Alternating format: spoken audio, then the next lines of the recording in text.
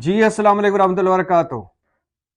बिलावल भुट्टो ने एक बार फिर से बड़ा मजे का एक बड़ा लजीज सा बड़ा उम्दा सा फिक्रा बोला है, सुन लीजिए।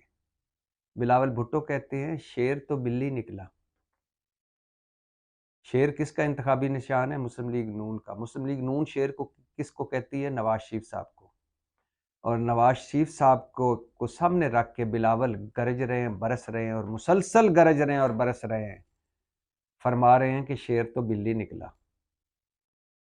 मौलाना साहब ने इसका जवाब दिया है हल्का फुल्के अंदाज में कि बच्चों की बातों का क्या जवाब देना। मुस्लिम लीग तो कह रही है कि अब हमने बिलावल के साथ काम किया इसलिए हम तहम्मुल का मुजाहरा कर रहे हैं, लेकिन इस बात पे मुस्लिम लीग नहीं आ रही कि बिलावल जो इल्ज़ामात लगा रहे हैं कि लेवल प्लेइंग फील्ड हमें नहीं मिल रही वगैरह वगैरह और बड़े उस पर नहीं।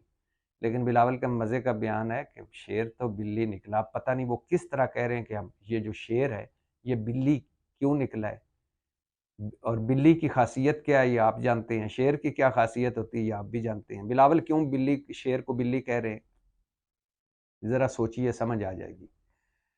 चौधरी परवेज़ इलाही, जिनका मैं बड़ा मुतरफ हो गया हूँ, चौधरी परवेज़ इलाही के बारे में, जिनके बारे में हम सारे सोचते थे कि यूं ही इमरान खान पर मुश्किल वक्त आया पहले दिन ही ये निकल जाएंगे पतली गली से। वो तो 77 साल के होके बीमार होकर पिछले 6 महीने से जेलों में, और वो जो सारे इनकलाबी थे वो सारे इमरान खान का साथ छोड़ गए हैं। परवेज इलाही कह रहे हैं, एक तो उन्होंने खावर मानिका को कहा है कि गलत किया खावर मानिका ने जो घर की बातें बाहर बताई। दूसरा उन्होंने कहा है कि तलागंग अटक गुजरात मंडी बहुत दिन से इलेक्शन लड़ूंगा और इलेक्शन शेड्यूल आ जाए फिर अदालत से रजू करेंगे। और उन्होंने कहा है, मशवरा दिया है लोगों को कि पीटीआई का साथ ना छोड़ें, ये मुश्किल वक्त गुजर रहा है। और इसी मुश्किल वक्त के हवाले से इमरान खान ने भी बात की है, और इमरान खान ने भी खावर मानिका के गुफ्तगू पर इजहार अफसोस करते हुए कहा है पीटीआई के सारे वर्कर्स को जो साथ खड़े हैं उनको कहा है कि साथ खड़े रहो, मुश्किल वक्त गुजर जाएगा और ये वक्त इस वक्त ने गुजर जाना है और हम इंशाल्लाह सुरखरू होंगे। साथ साथ ये भी बताता चलूँ कि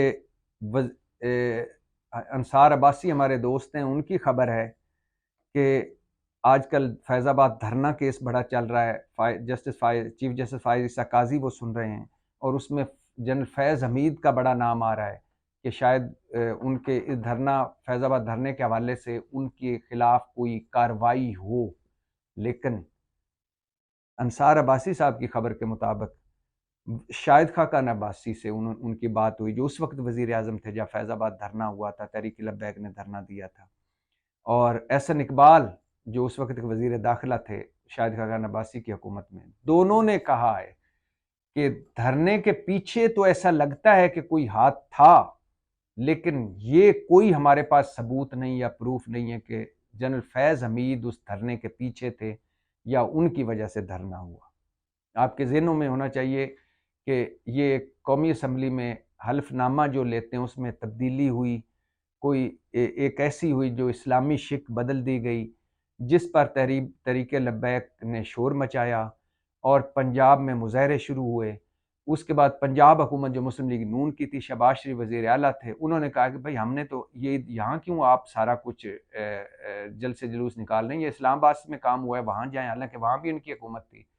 तहरीक लब्बैक वाले वहाँ से चले और आकर फैज़ाबाद पे बैठ गए ना। दरमियान पहले तो पंजाब हलफनामे में तब्दीली क्यों हुई, दूसरा ये जब हुई तो उस पर क्यों ना कंट्रोल किया गया कि ये इतना मामला ना बढ़ता। फिर वो जब लाहौर में भी मुस्लिम लीग नून की हुकूमत थी, वफाक में भी मुस्लिम लीग नून की हुकूमत थी, तो फिर उन्होंने क्यों वहाँ से चलने दिया, क्यों कहा वहाँ बैठ के मुज़ाकरात कर लेते। फिर वहाँ से चले तो डायरेक्ट चलते चलते वो बजरिया जीटी रोड आ गए, फैज़ाबाद इस्लामाबाद और रावलपिंडी के की शुरू में आकर बैठ गए फैज़ाबाद पर।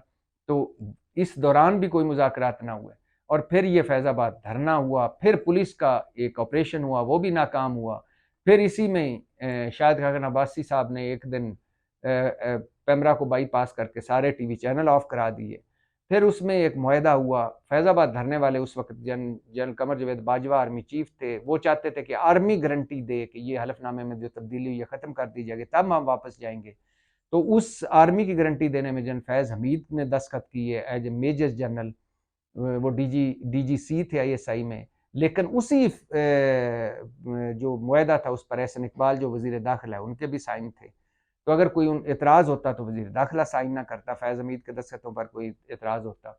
लेकिन इसके बावजूद जो फैज़ाबाद धरना केस का फैसला आया उसमें जस्टिस फाइज़ ईसा काजी ने उस वक़्त कहा कि ये इनके खिलाफ वजारत दिफा और आर्मी जो अफसरान, फौजी अफसरान इसमें शामिल, जो इन एजेंसियाँ शामिल हुई इस धरने में या जो उन्होंने सियासी किरदार अदा किया उसके खिलाफ कार्रवाई की जाए, वो कार्रवाई ना हुई। अब दोबारा वो धरना केस लगा हुआ है और तवक्को थी कि शायद जनरल फैज़ हमीद के खिलाफ कोई कार्रवाई हो, तो लिहाजा उस पर एक कमीशन बना हुआ है। सुप्रीम कोर्ट की हुकूमत ने कमीशन बनाया है। साबिक आईजी, 2 साबिक आईजी उस पे हैं और एक 3 रुकनी कमीशन है और एक वजारत दाखिला का एडिशनल सेक्रेटरी के तौर हैं इस वक्त। 3 रुकनी कमीशन है, वो भी तहकीकात कर रहा है। लेकिन जो बड़ी खबर है वो ये है कि जो सुनाई दे रहा था उसके बरक्स शाहिद खान अब्बासी और एहसन इकबाल ने अंसार अब्बासी की खबर के मुताबिक कहा है कि हमारे पास कोई सबूत नहीं है कि इस धरने के पीछे कोई फौज थी या जनरल फैज़ हमीद थे। पाकिस्तान जिंदाबाद।